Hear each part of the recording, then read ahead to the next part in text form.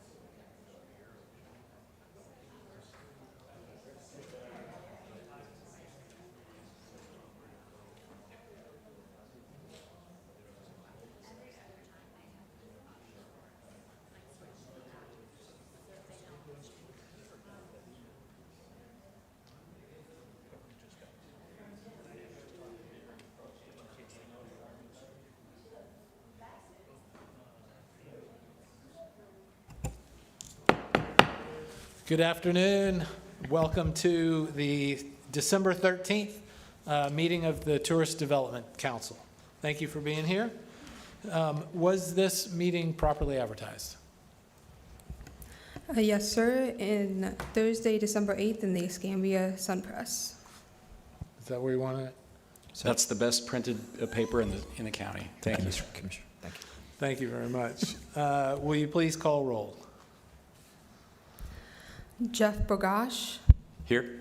James Reeves, Mary Hoxing, Shirley Cronley, Here. David Baer, Here. Ronald Rivera, Here. Matish Patel, Here. Jared Moore, and Casey Jones. Here. And we do have a quorum. Yes, sir. Great. Thank you so much. Before we get into any business, on the agenda, under new business, we had a funding request item. The intended speaker for that program could not make it today, and they've asked to push it out till our next meeting.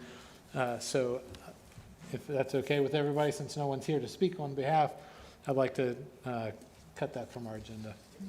So that means that the meeting should be 62 minutes long.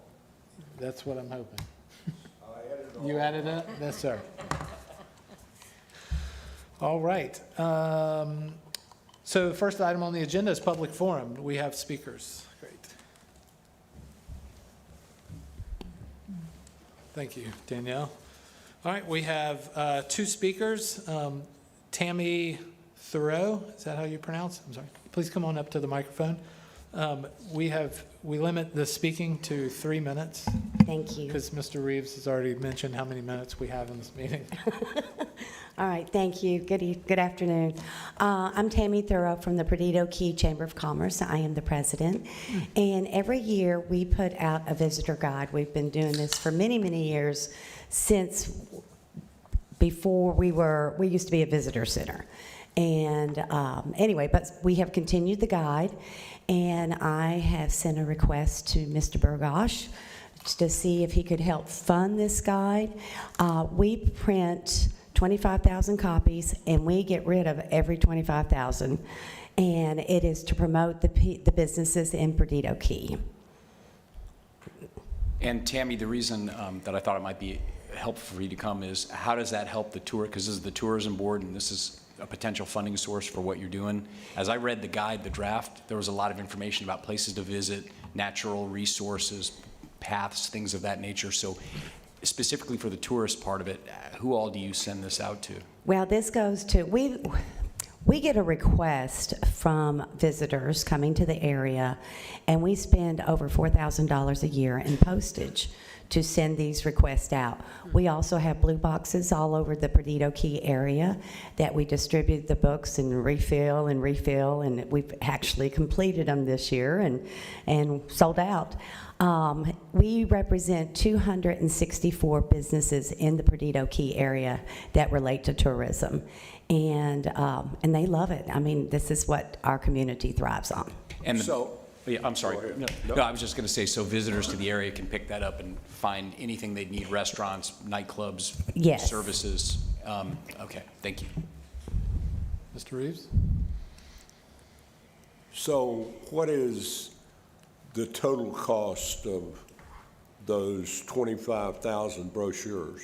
The total cost for the magazine is $34,000.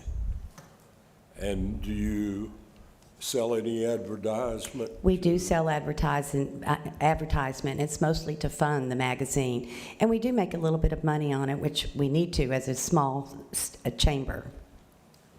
So, from a precedent point of view, is this something that would normally go through Daryl's? Through the Visit Pensacola? Visit Pensacola. Yeah. That's my question. Turn on your mic. No.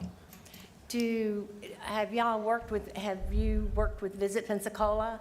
I'm assuming everything that's in their guide, your guide is in their guide.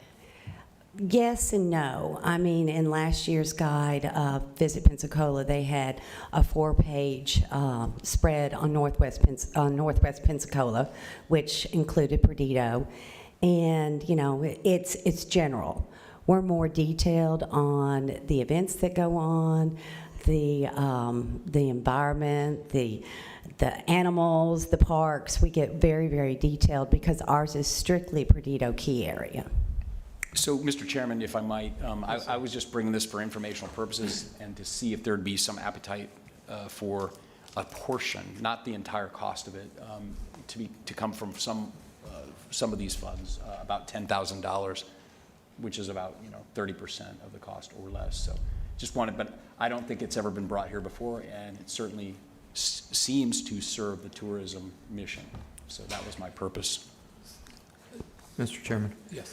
one quick question. Does this pamphlet or booklet only serve Perdido Key, or does it serve areas of Alabama as well? It does have advertisement for 67 businesses. Well, there's 67 businesses that belong to the chamber that are in Alabama. Okay. And it does have some Alabama advertisement in it. But it is Perdido Key, and it's mostly, the Perdido Key, Florida area. And we'd like to keep them in the Key and eating and visiting, staying. I mean, we can't help it that we're state line chamber, but we are state line chamber, 3 miles from the Alabama border. But we're still trying to take care of our members in this area. Yes, ma'am. Could I say something? Yes, please. I think I'd like to see something as far as what you collect. You said you make a profit. If you're We do. making We a make about $20,000. I mean, it's not a lot, but, Right. again, we don't include the postage in that. So out of that $20,000, we're paying for all of our postage. Right, I understand. I'd like to see the numbers, the total cost, what it is, what you profit, and then what you're coming here, what your ask is. To me, it doesn't make sense if you're coming here for an ask if there's a profit. And I also think Visit Pensacola already is given a large, amount of money, and it just makes sense for all the chambers to work together with Visit Pensacola instead of breaking them up and then each chamber's coming here separately for something. I don't think it makes a whole lot of. Well, I'm not sense. sure if each chamber comes and produces a guide that is strictly for visitors. And again, I should rephrase that, because ours is our visitor and our member guide, but it's like I said, it mostly goes out to visitors. And, we're a little chamber, and we're trying to hang on, and it's just something that they've done since they were Visit Perdido Key.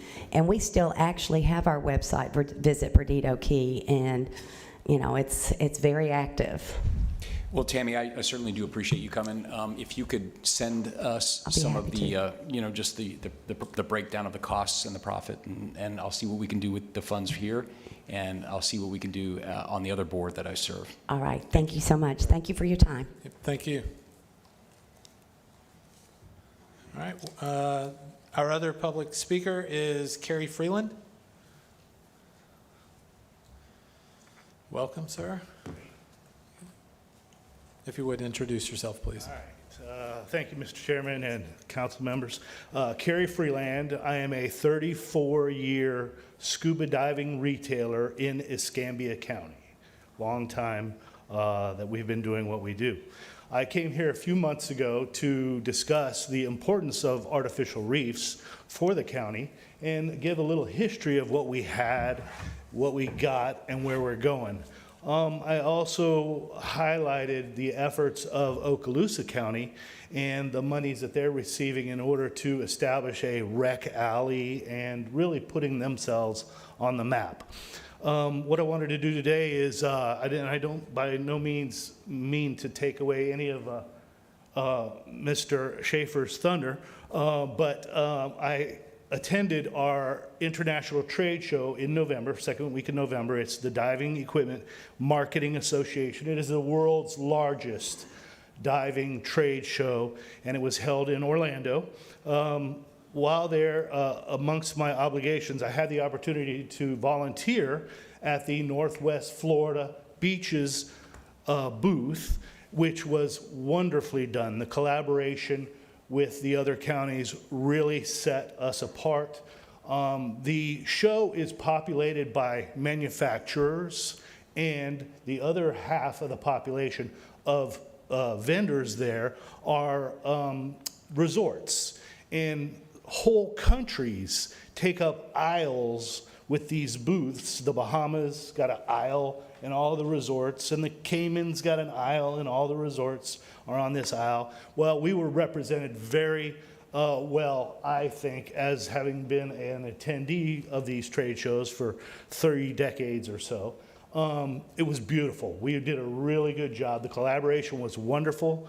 I had the opportunity to speak to dozens of people from all over the country and other countries who are now interested in diving in Escambia County and Northwest Florida. So that was a really great collaboration. And I would encourage our council to seek further collaboration with the other tourism development councils in our immediate area. We are stronger together than independently. I'm not saying give them any money, but seeking the collaboration may be useful at best. The other thing I wanted to mention was I serve on the Escambia County Marine Advisory Committee, and I have been tasked with being the liaison between the Marine Advisory Committee and the Tourism Development Council. So I would like to avail myself. Please contact me if you have any questions concerning diving tourism, diving in general, what type of diving goes on throughout the world, because it's quite varied. I would really love to hear from you in order to educate. And one of the things that we're doing, we discussed in our meeting last night at the Marine Advisory Committee, is we're going to get a hot list together for the county commissioners on what topics are of interest to the populace, such as pollution and derelict vessels and water quality. And the diving and the procurement of these large artificial reefs has been a hot topic for quite a while, and that's the reason I'm here. I'm not really a speaker kind of guy, but I'll be glad to help out however I can on this particular issue. So that's where I stand, and Great. please contact me. I will send out emails to each of you in order to give you the contact information. Great. Well, thank you so much. Thank you. Appreciate you being here. All right, those two are all of our public speakers. Moving on to, next item on the agenda is review and approval of the meeting minutes from our October 17th, 2022 TDC meeting. Everybody's been presented with those minutes. Are there any objections or comments? Seeing none, hearing none, then we will please show them approved. Moving on to status of funds collected, Clerk of the Court, Michael Davis. If you would, please come on down and give us a little update. Thank you. Good afternoon, Council and Chairman. Hope you guys are all doing well. As Chairman Bear said, Michael Davis, Manager of the Treasury Department. So our collections as of December 2nd, which is the date of the reports that I ran, they are, sorry, I'm going to load this up.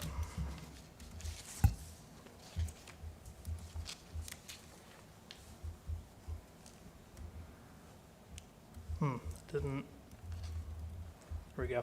Okay, so as the date of the report was run, we have a total of $3.13 million.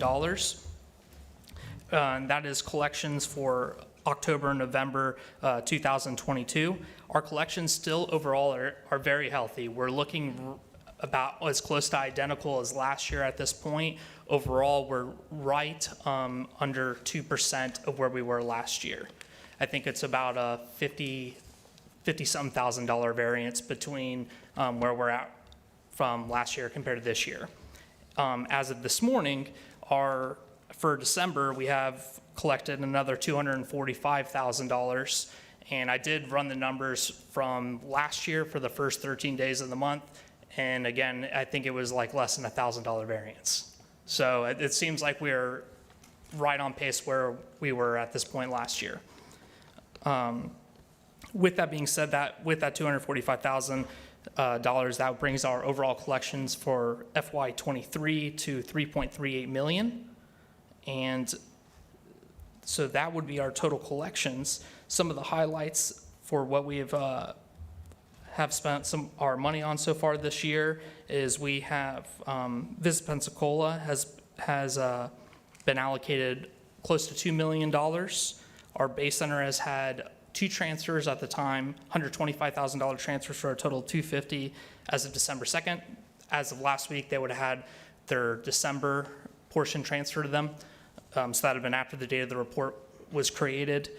We have also a FY22 project still being funded for our beach, for our pavilions, and the other outside agency that has received some funds is Friends of Downtown for $15,000, and that was for Christmas lights. So at that point, our total cash available before encumbrances and committed projects is $21.27 million, and I'm sure Stefan will know more about the committed and encumbrances. The details. All right, any questions for Michael? What was that last number, 21.27 million. And to be exact, it's $21,273,089.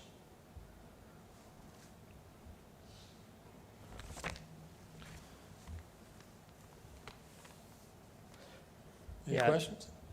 No? No questions. Thank you, Michael. No, Appreciate my the pleasure. update. And thank you for sending the documents and stuff. Yep, Appreciate it. absolutely. All right, next on the agenda is the county to talk about the status of funds in Fund 108. Stefan, come on down. And thank you Stefan, for sending out those documents to the rest of the TDC members showing the metrics on what everybody, the outside agencies have been using the funds on. You are very welcome, sir. Good afternoon, council members. Stephen Hall, Office of Management and Budget. Also want to give Mike and his crew some props. You know, they actually do the collections for this. They actively do that collecting. So that is under the clerk's office, and they do a phenomenal job of actually collecting the tourist development taxes here in Escambia County. So that may not get mentioned often, but I did want to mention that today to the council because they do a great job. So Mike focused a lot on where we are right now. So my job is I'm going to focus on ending fiscal year 22, where we our reserves policy, and I ran some rough numbers. I've got these aren't final, so I haven't split them into the individual pennies, but I want to go over where we ended the year with our reserve policy and how that is going to look with our fund balance carry forward.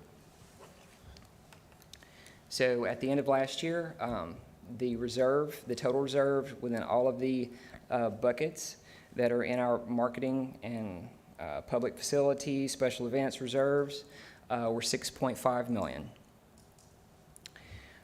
Also, council has indicated that $500,000 would go to beach renourishment in an ongoing capacity as well. So accounting for all of these things, the balance for our fund balance is going to be around $7.5 million to be applied to the percentages of our reserve policy, with 50% will be going to basically an unallocated reserve, 25% to the unified operations budget, which will fund Visit Pensacola's supplement at fund balance time. 15% is the unified budget, 10% is the special event budget. So ultimately, adding to that will be 3.7 going into the buckets, 3.7 being unallocated. And what that means is you add that amount to the $6.5 million that we ended fiscal year 22, our updated reserves should be approximately $10.2 million after we bring the fund balance forward.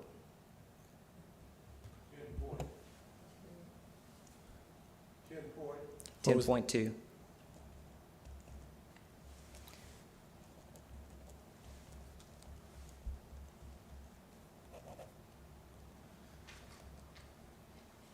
does that mean we've got 11 million? Perhaps. Perhaps. You know they're doing a good job. You know, I don't want to perhaps answer. So again, this is a draft. I haven't broken into the individual pennies. There maybe this penny can't be used for that, or this penny can be used for this. So Give it within $500,000, one way or the other. I've got 10.2.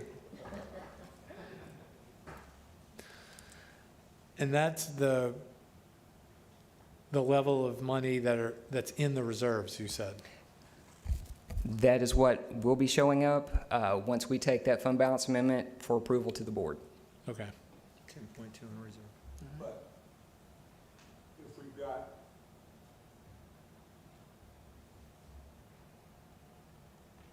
we're sitting with $21,272,089.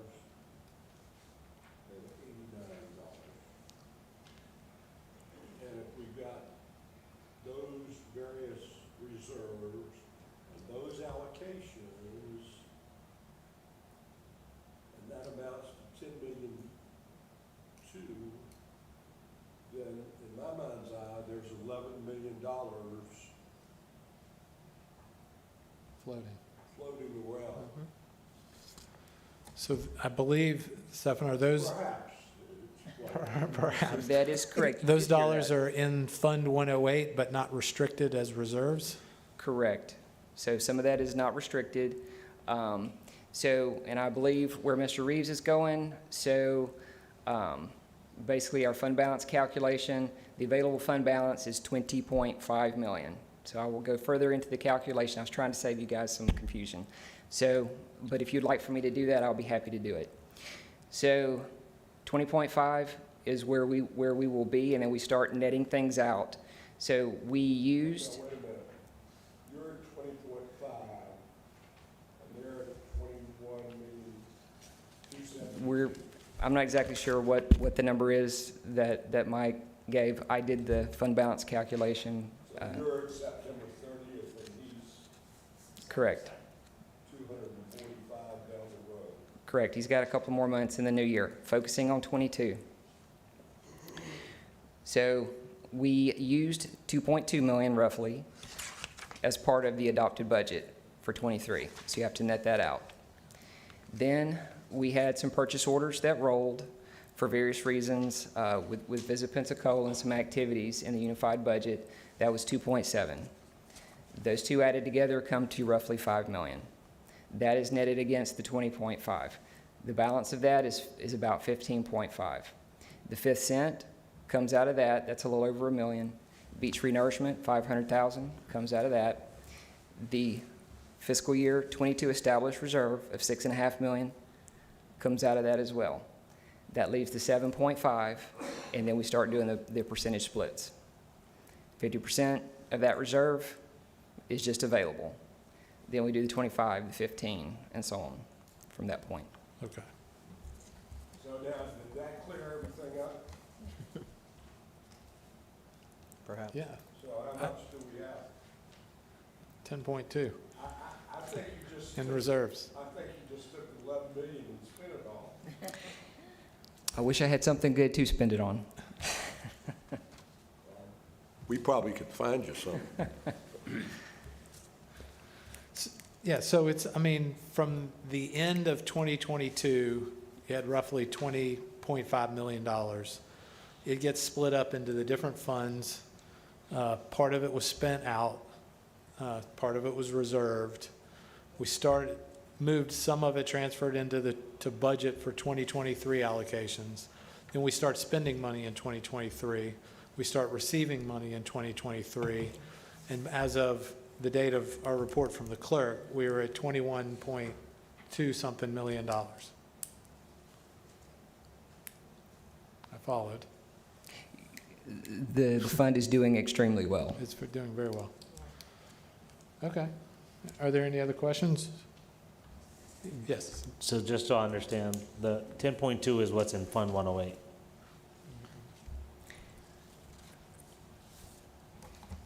The 6.5 and the 3.7? Correct. That will be your fiscal year 23 updated reserves per the policy. So all of the funding is in Fund 108 because that is the tourist development. Correct. So Fund. it's the reserve piece of 108 and then just everything else. And unrestricted. There's restricted and restricted. We created the policy Right. for the restrictions. So the 10.2 are the restricted funds. Correct. Based on that policy we passed. And then the remaining, the 11 million or so is unrestricted in the fund. Correct. My suggestion, since I thought you were going to come up here and say they do such a good job, but you could do it better, cheaper, is what I thought you were going to do. But I think you either need to move your number forward so it matches up with the comptroller, or they ought to move theirs backwards so that we don't start with two sets of numbers. Well, at some point, we'll be on the same page. Right now, it's end of fiscal year and beginning of fiscal year, so it's just some minor differences. But I Trying to get your understand. raise. I understand. Any other questions or comments? All right, thank you so much. You're Appreciate very it. welcome. All right. Next on the agenda is Pensacola Bay Center. Michael Capps, you want to come give us an update? Beautiful new signs I see.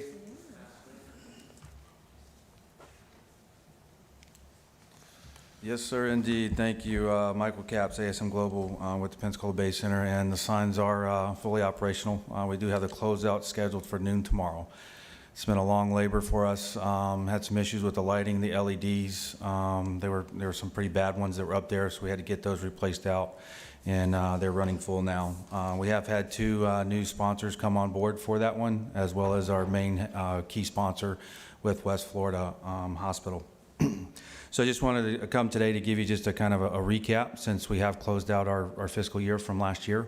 Kind of give you some perspective on how it was our last decent full year in 18-19 compared to what this past year was with 21-22.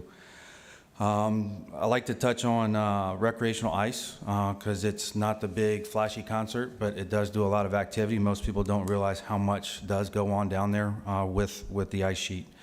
Out of last year, we had 258 combined days. That means that youth and adult and figures club are playing on the same day, but they skated on the ice for 582 hours. With about 10,000 people coming through for our public skates, and it actually had a positive impact of about $260,000 to our bottom line. So it's a pretty big impact. The Figure Club is growing. They're taking more and more ice as we speak. The youth is very healthy, and the adults are doing pretty good. Overall, from our event side of things, we hosted 207 events last year over 186 days. With a net income to our bottom line of about $2.3 million. And again, that all goes to offset our expenses again, in time with the subsidy.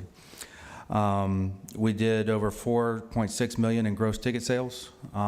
Just to give a reference, back to 18-19, we're around $5 million in ticket sales. So that means the touring shows are out there and they're doing well and healthy. I did extrapolate some data. We Visit Pensacola at one point went through majority opinion and did a study in 19 for 52 different events that we had. Came back with a direct spend of that year, just over $30 million. If you take those formulated numbers and apply them to what we did last year, it comes in at 29 as a direct spend in Escambia County. That also came out to 31,000 room nights. Overall, for our operating budget, just for reference, in 18-19, we came in ahead 22,000, and then COVID came in, and we wound up 93 behind, and then we were anticipating 350 behind that last year, but we came in at 188 behind. So we kept improving, and this year we've come in ahead of budget of $290,000.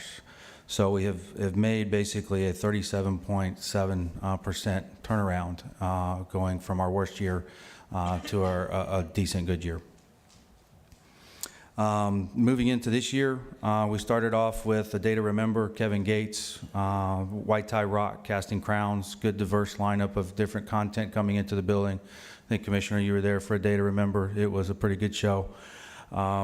And that band went through quite a bit because they're from Central Florida, and they were very close to not being able to perform the show because they couldn't get out of Central Florida. They were worried about their family being there, but they were class acts and came in and really put on a great show. And the crowd showed up and they drank plenty of beer, so we had a good night. Island Fights, we've got another one of those coming up. They've been doing pretty good for us. We've got White Tie Rock this weekend with their Christmas special. I know a lot's going on with the Nutcracker at the Sanger and some other events, but that's trending good, still over 2,000 in attendance for that show. It's the most they've been able to do since they were in the Sanger, and we're looking forward to them to continue. We just put up and announced WWE Wrestling, Harlem Globetrotters for the spring. We also have Disney on Ice and Monster Jam, so a lot of family shows out there right now. The only concert we have right now is Toby Mac in January, but they will be in town to rehearse and kick off the tour, so it'll start here in Pensacola. Other projects that we're working on, you mentioned the marquees, but we had a walkthrough with AT&T that's going to implement the DAS system, which is a directional antenna system. Basically turns the building into a big cell phone tower, improves the service. AT&T is going to be the anchor tenant that comes in, and then we'll have 2 others that are going to come on board. Why that's important is it enhances the experience for our fans coming into the building, but it also generates revenue to the bottom line of the building that comes back to the county. Some projects that we're working on, we've done a lot of pressure washing, a lot of concrete. Some of that I don't think has been done in quite some time, but we've done all that in-house. We've gotten out and looked at companies to do it, but we figured out we could do it with our part-time staff, keeping them employed. A little bit of paint goes a long way, so we've been doing that and touch up in different spaces. We've been switching over our lights just one at a time into an LED, and not a big ask, not a big spend. Again, while we try to figure out what we're going to do with the building long-term, is to keep it up and do little things here and there. We did get the urinal dividers, and I know that was brought up from Sunbelt Conference. We've actually had them in-house. It took 4 weeks for them to get here, but our staff has just been busy with the events right now with hockey getting going, but we're looking forward to getting those put up as well. We added some additional signage. If you've seen the building, it looks a lot better with the ice branding of the Ice Flyers outside. We worked with Greg Harris, the owner, to bring more of an enhanced aesthetic to the outside of the venue. We've also done some video enhancements to help the Sunbelt and other producers of shows that come in. As I mentioned, sponsorship. Our marquees have gotten on 2 new sponsors in addition to our anchor, but we are on the final stages of a bank sponsor, which we haven't had in the past in the building. That does some trade, but is also going to put cash to the bottom line. That's kind of it in a nutshell. There's a lot going on down there, but if you have any questions, I'd be happy to answer them. Great, thank you, Michael. Any questions, comments? Good, yeah, great. Yep. More rock and roll shows, though. We're working on it, Commissioner. Right. We're working on it. When you say there's 4.6 million gross ticket sales and 2.3, is that just ticket sales, or is that considered like concessions and that sort of thing? So the 4.6 is what actually goes to the artists and the promoters. So when you buy a ticket, those monies go to the performers or the promoters who are taking the risk to pay the artist to make a profit.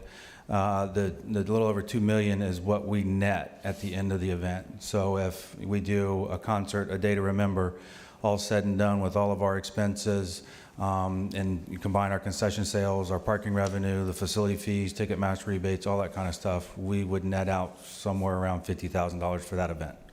So for all of those events that we did, that all adds up to a net of just a little over 2 million. But you said it was it 206 or 60? How many events did you say? So we did 207 events out of 168 days. Okay. One thing I didn't mention, I just looked at this last note. The other thing I'd like to point out is that through the course of last year, we did actually contribute $290,000 back to nonprofits. So the groups that come in and work our concession stands, we actually saw an improvement when we went to cashless, where you can actually tip now. Their tips have doubled. And so they get their tips and their guarantee for working the stand. That's interesting. That's great. It's easier to give when you're not handing cash, I guess. I agree. Got to make it fast. Good. That's good. Mr. Reeves? Yes, Mr. sir. Reeves? Let me ask you this. You keep talking about to the bottom line, but if we take just the year the most recent year, what was the bottom line before subsidy? So I don't have that number on my hand right now, but we were budgeted to come in at 1.3. We were just over 1 million is what our expenses were. So you're giving us a report, but you don't have that number? No, sir, I look at the bottom line, but at the end. What amount of subsidy were you paid this most recent year? That's the question. Again, I don't have that in front of me. I apologize. I can get that to you. It's probably. It's in front of us. Yeah. Yeah, probably. 1.5. Is it? Million. It's on the documents. It's on the document from the clerk's office. Oh, you guys know it, but he doesn't. It's actually 1.3 and then 2 in capital, and not all of that capital was spent.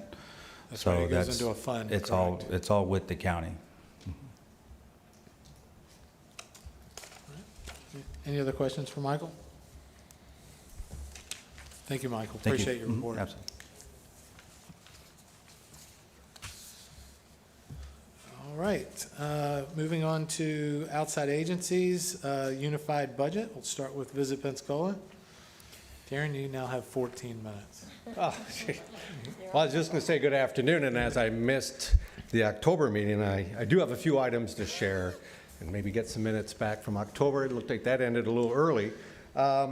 Really want to focus on talking about some of the partnerships that we've had over the last couple of months. Starting off with A Taste of History. That was a PBS TV show, an Emmy Award-winning show that we got connected to and developed a program showcasing the history of Pensacola, as well as 3 chefs in our market. And so we were able to do a premiere and dinner at the end of September. It aired in October. We raised $12,000 for the UWF Historic Trust.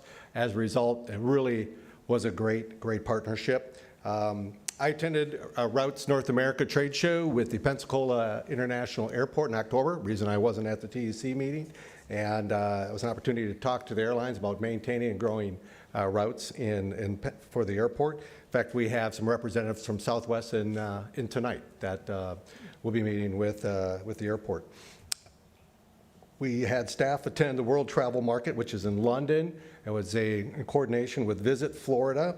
It's allowing us to step back into the international market, an initiative that we had been doing through 2019 and then suspended due to COVID. So we're excited to be back into that, growing not only Canada, but England, London, England, and Germany. Also, Carrie mentioned Northwest Florida Beaches. That is an 8-county regional partnership. And so there's a Northwest Florida Beaches Council that has been operating for a number of years. I just became the president of the board for that council. We also have key staff that are very involved. So I think this is a really unique opportunity as they have the best funding that each county or DMO like ourselves contributes to. So there's a $600,000 budget that's going to be used to market our region. Adventure is the theme of the region, and that can be applied to a lot of things. Most recently, we did the partnership for the DEMA, the diving show that we had a number of our outfitters attend and represent Pensacola at, including Robert Turpin went on our behalf to be there, and you heard that it was a great show, and you know, more of that to come. I think that the Northwest Florida Beaches also has an opportunity to do something regionally and an application through the Triumph Grant Fund. It's not us, but we're excited to have learned that Pensacola has been designated World War II Heritage City. There's only one in each state, so it's not St. Augustine, it's Pensacola. Also of note, we had another TV program in market called RV There Yet, which is a TV show that focuses on RV camping. They did happen to stay at the Pensacola Beach RV Resort, but they did a whole destination segment. So they were at the Naval Aviation Museum, they were downtown, they were at Joe Patty's, they did the National Seashore in Fort Pickens. So that show is going to air in January. In addition, Visit Florida also took a full-page ad in the Florida Campground Directory. That includes all the campground listings in Escambia County. So just want to make sure that I included that in my report. Did you hear that, Mr. Reeves? Just want to make sure. That's incredible work, Darren. Thank you. But did they drink beer when they were there? I believe they do. Yes, I think it's a requirement of camping. I did pass out a copy of the Board of Directors for Visit Pensacola. We have 5 new members that came on at our annual meeting in October. Sid William Heath is the Executive Director for Pensacola Little Theater, Pensacola Cultural Center. Terry Branch is the General Manager of the Hilton Pensacola Beach. Darpan Day Patel is the Owner Director for Rameshwar Hospitality, Pine Forest Hospitality. And Tia Robbins is our at-large representative for the Taste of Pensacola. And for Sports and Recreation, Greg Harris, who's the owner of the Pensacola Ice Flyers, has joined our board. Just wanted to talk briefly about our budget. I don't know if you can see this. I can see it. Are you able to see these slides on your monitors?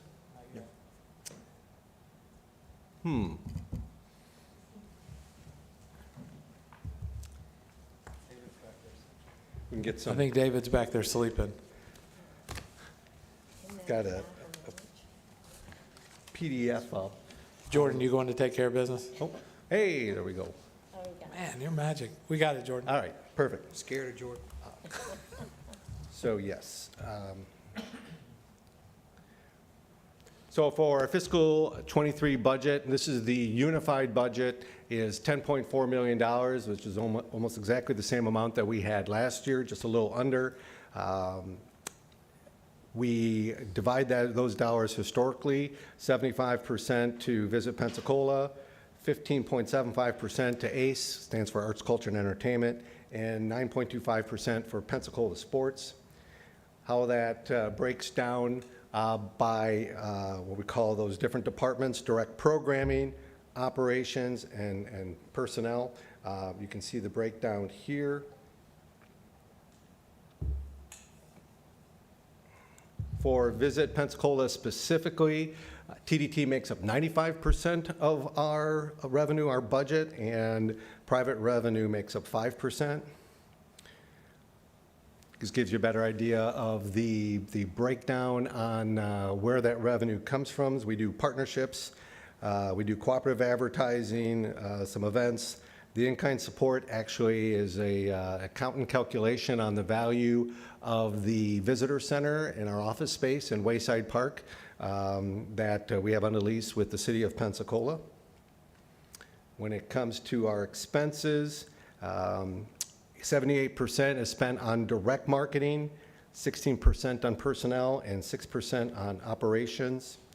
And here is more of a breakdown of those expenses. Advertising media, we spend over $4.1 million directly, but we also do direct sales, festivals and events, local support grants, public relations research, and tourism development projects. And with that, I want to turn it over to Brian McCall, who's going to give you a quick marketing review for fiscal year '23. Thank you, Darren.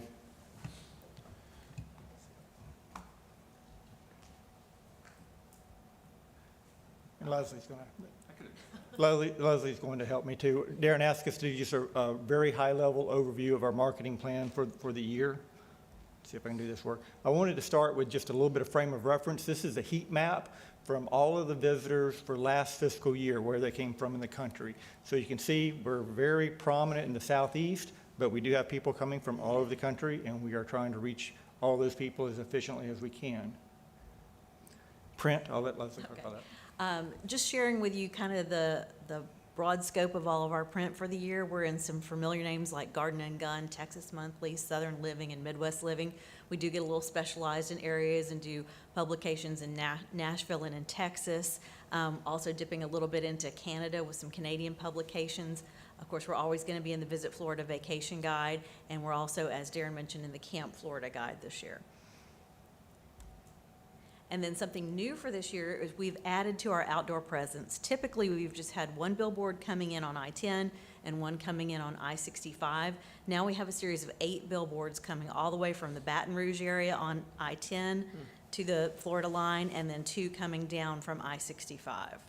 And the creative works as a series, but each one stands alone. So if you only saw one, you'd still get a great message on Pensacola, but if you're traveling that whole length, you're gonna get several messages that help reinforce that it's a great place to spend time. And of course, we're always doing a great deal of digital advertising. These are a list of the vendors we're working with this year, and I put them I assigned them to the funnel. Why are there so many vendors? Because we're using them for different things. Some of them are just inspiration, awareness, just letting people know that Pensacola exists, all the way down to booking a room on Expedia. So we have a wide variety of digital presence. And we're always looking for something new. There's all kind of technology out there, and I just picked one that I thought was neat to share. We're working with ComScore this year, that they have a system where they work with the broadcast TV, which you'll see in a minute, and work with the broadcasters to get their logs, and allows us to do digital retargeting to the same households that saw our TV ads. And of course, when we get somebody into our digital ecosystem, we can retarget. There's just more data we can collect, and it's more valuable for us. Broadcast TV, Jim usually talks about that, but I'll wing it here. This is a selection of broadcasts we have scheduled for, it runs mostly February through May.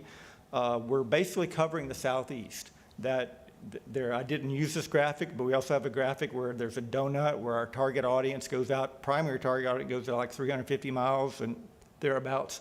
And this selection of broadcasts basically covers that entire Southeast. And we're covering Atlanta with Georgia Public Broadcasting because Atlanta is very expensive. This covers the entire state of Georgia, and Georgia is actually the biggest public TV market in the country, and you know it's a good market for us. We'll bring back this year the SEC campaign. Of course, again, our footprint of where people come from aligns very well with the SEC. We've been doing this for a couple of years and have got good results. This year we're doing a direct buy with the SEC and ACC networks that will reach 121 million households across the country. Plus, we'll come back into our key markets with some connected TV and digital display. So we have several promotions that layer on top of all this evergreen advertising, and one of the newer ones is a program with Madden Influencers. And Madden's a media company, and what they're doing is they're helping us vet these influencers, and that's very tedious work. So we've got 5 influencers coming to Pensacola. Most of them are coming in February. We've got one coming in April, and they range from cities like Houston, Atlanta, Chicago, and they have different interests. Some of them are foodies, some of them are beverage oriented, some of them are outdoor oriented. We've got one couple that travels with a baby, so their whole point is you can still travel when you have a small child and have a good time. And then another one is definitely more about outdoor adventure. So we're looking forward to seeing the content that they create, and it's an opportunity for our partners to get involved with this as well. Outcoast.com is an LGBTQ centered website that is all about promoting travel to Florida. So we've partnered with them to make sure we have Pensacola content on their site. And then we've also partnered with Alabama football, and that one has just ended, where we had in-stadium presence, we had promotional presence, and also radio presence with them. And then we're bringing back the Garden and Gun Seafood Rodeo. We felt like that was a really good investment last year. Not only did it bring visitors, but it put cash into our community with all of the vendors that they used. Plus, you get the prestige of working with Garden and Gun. So that's going to happen again this June. And then we've got diversity and inclusion campaigns that are targeted to African Americans and LGBTQ audiences specifically.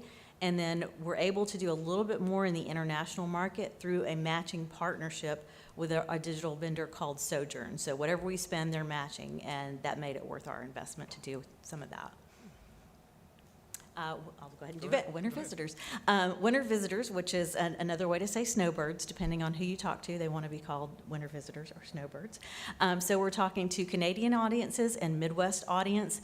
We are doing full funnel messaging, so we've got broadcast, we've got print, we've got digital, and we started early this year. Some of this happened in last budget year, so we started in August and September saying the early bird gets the worm, make your plans to come to Pensacola, and we're continuing that through the winter months and continuing to build those longer term visitors. But on top of that, remote workers, so people that may have the ability to just come and get out of their cold weather home that they live in most of the time and come spend a nice warm winter, since they can work wherever they would like to. And take on direct flights. For direct flights, we have an always-on campaign that supports our direct flight markets to our airport here. The markets change. Obviously, we pay attention to that as the direct flights actually change, but that is always on. Interest marketing, this is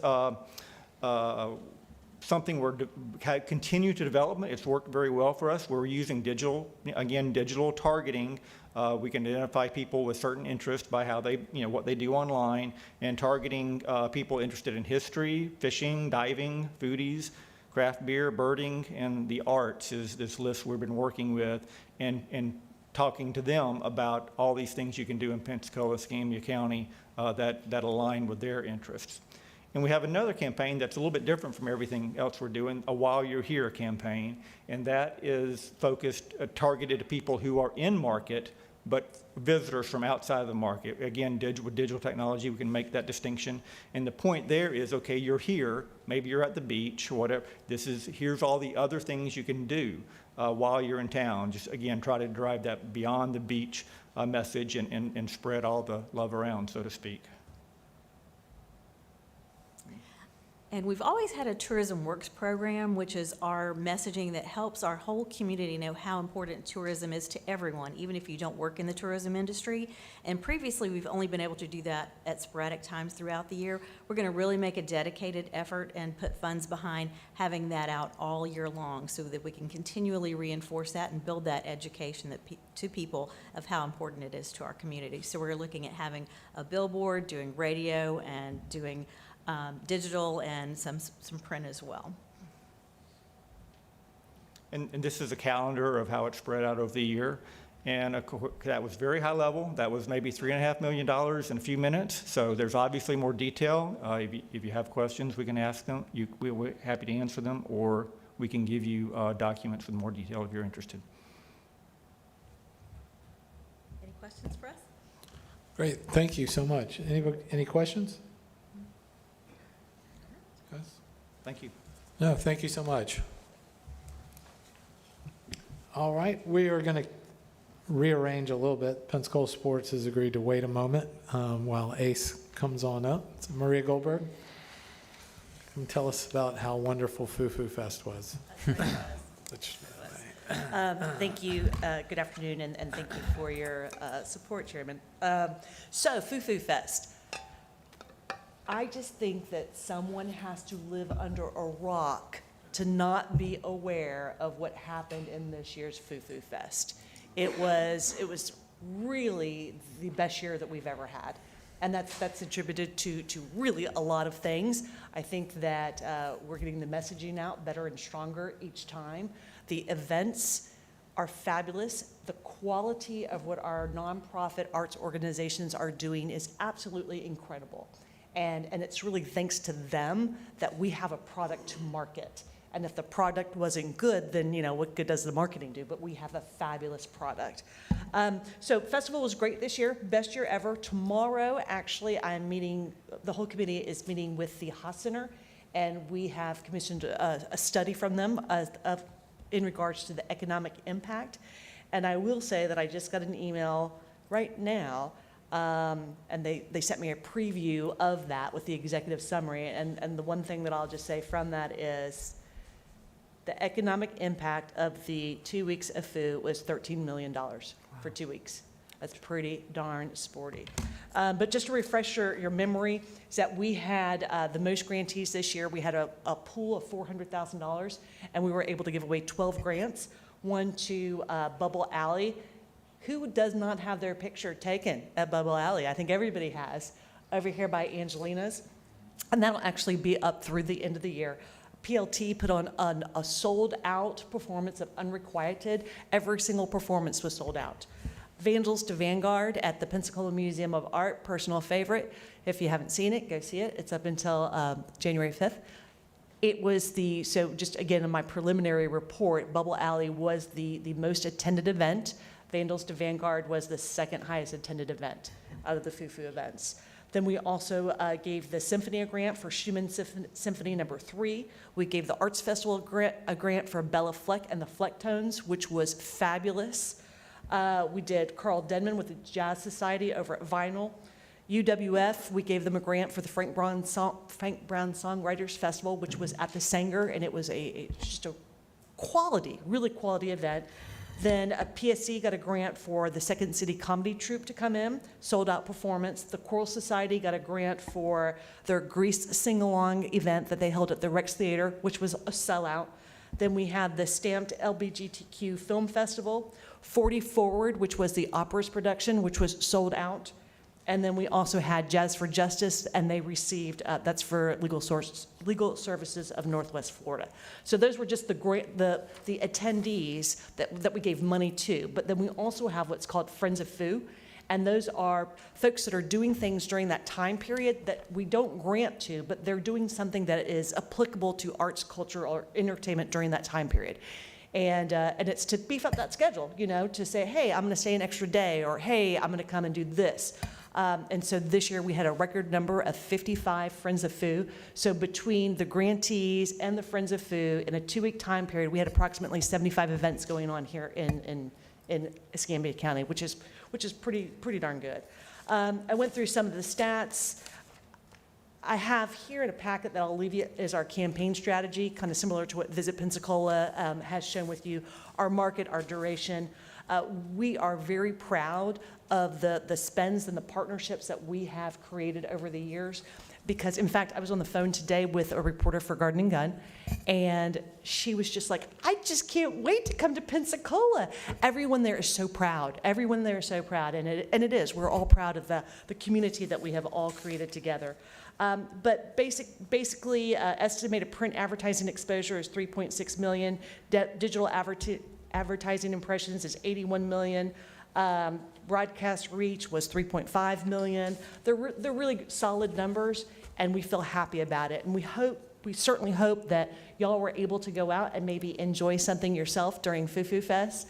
And we will have, at the conclusion of the year, and we will present it to the council for consideration, we will have the final report from Hummingbird, which is our marketing company, and we will have a full deck of everything we did, the impressions, the counts, and all those kinds of things.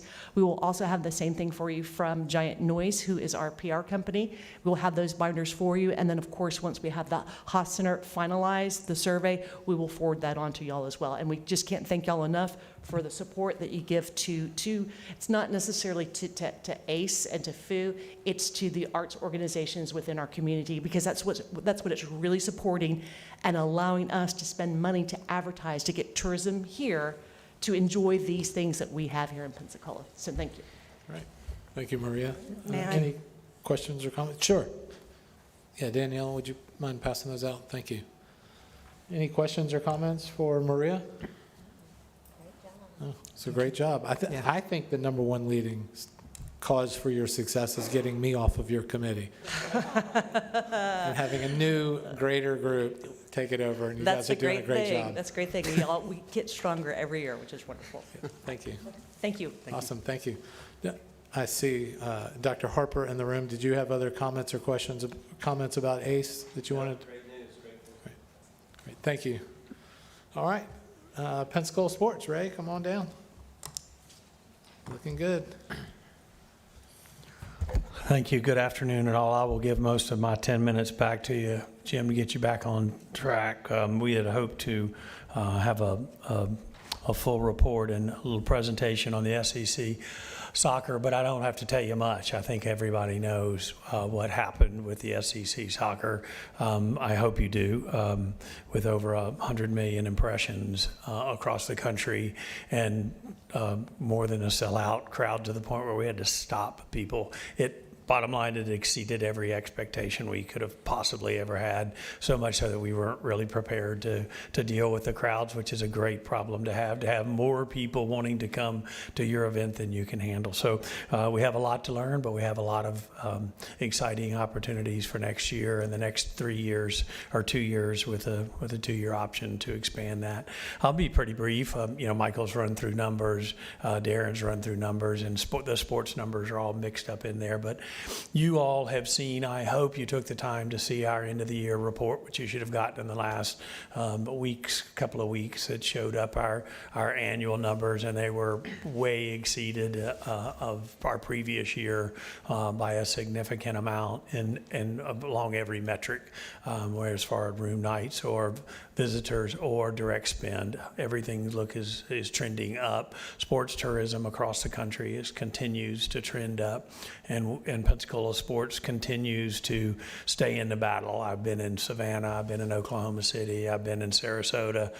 I've been in, where did I just come back from last week? Richmond, Virginia, in the last 3 months, out telling our story and attempting to bring events for our community, whether it be a new skate park or hopefully a new and improved Bay Center in a variety of different ways. But, we're working out front and behind the scenes trying to just keep the sports tourism, our little community in the mix in it. So answer any questions. We appreciate appreciate the support, continued support of this community, and we're excited about what the future looks like.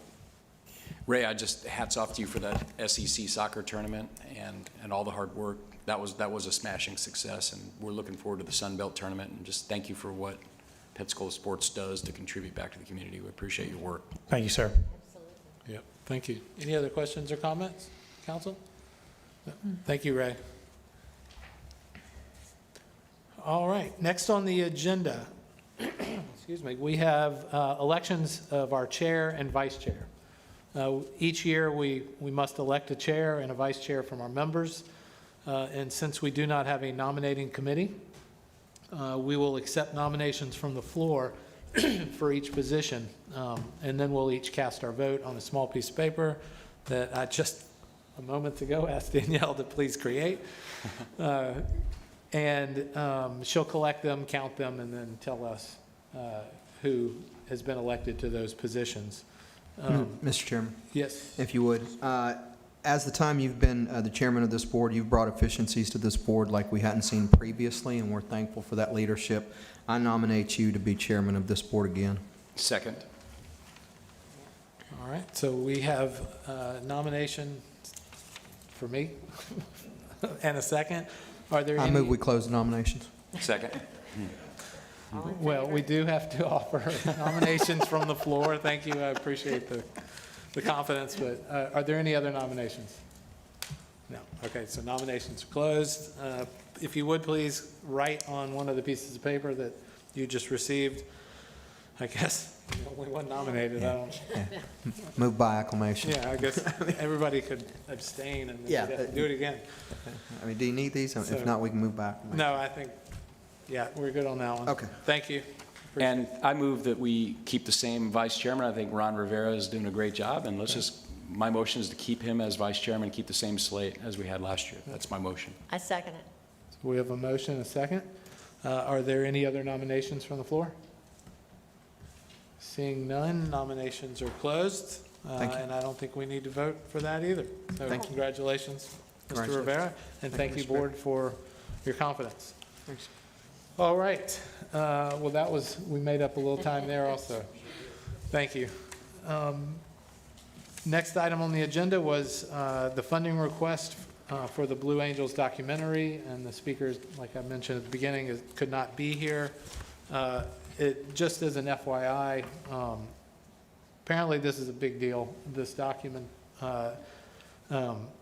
documentary is being made by a very, very large production company, international production company, and this is not a small little movie. This is going to be major, major deal. So anyway, excited for them to come give us some information. I've asked them if they would please send us some documents, just a one-pager about who they are and what they're doing, what they're providing. And so anyway, hopefully they'll be back next month. So with that, we will move to closing remarks, and we'll start with you, Commissioner Burgash. Nothing from me, nothing for the good of the whole. Thank you, Mr. Chairman. Thank you. Mr. Reeves? I'm just concerned about, we got a lot of annual reports of various organizations that we fund, what they do for the year.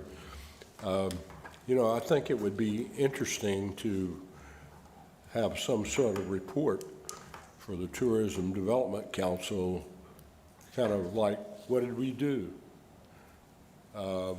What did we accomplish? What was our plans for the years? I think that's the responsibility of leadership, to outline those kind of things for a board, not just to come down here and listen for an hour and a half or 2 hours. My concern is, I believe that we made a recommendation to the county commission to do an economic study for tennis courts at Roger Scott. Now, was that funded by the county commission? No, sir, it was not. So basically, what is it that we have to spend that we control that doesn't have to be approved by the county commission? Zero. We only make recommendations to the county commission. They have the ultimate authority on the appropriation of the funds. This is an So, oversight board. so your only choice is to not recommend what they want, really? My point is, you know, here's the story, is because that was something for the city, the county commission didn't want to spend it. They're going to spend it on something else, as they've said many times, all due respect. Oh, yeah, well, the city says to the county, we want to do some affordable housing on property you own inside the city. And the county says, oh, no, we've got plans for that. And then 15 years goes by and nothing happens. My point is it ought to seem, there ought to be some way that either legislatively or otherwise, we have some horsepower to do something other than just do doo-dah and ho-hum. You know, how do you know that the county commission didn't approve that study? I watched their meeting. I was at the meeting. If I might just. No. I know you were. He was the chairman of the meeting. No, I mean, I what observed- kind of formal announcement did we get back to the board? Right, we got none. That's my point. I think, Mr. Reeves, with all due respect, the county, about a year ago, committed $1.3 million toward that project. And so, you know, not speaking for my counterparts because I'm not their spokesman, each of the 5 men on that board are their own spokesman, but I think there's a lot of frustration that that deal didn't get closed. And so it's hard to come back for more money when the procurement took so long and then it changed and no one could close the deal. So I think there was some frustration. And if you watch the tape, you'll see it. We're fully in support of that, fully in support. I'm in support of additional funding from TDT because I believe in the tournaments that will bring. I play out there. I played there last night. It's ridiculous and it's embarrassing how bad the courts are. It's an embarrassment. It's so bad that some of the serves coming in, when they hit the service line and they hit the line, there's cracks, they change directions on a hard court, not a clay court. So we're behind it. But I think the way that came forward, again, not speaking for my counterparts, only for myself, was kind of choppy and kind of sloppy.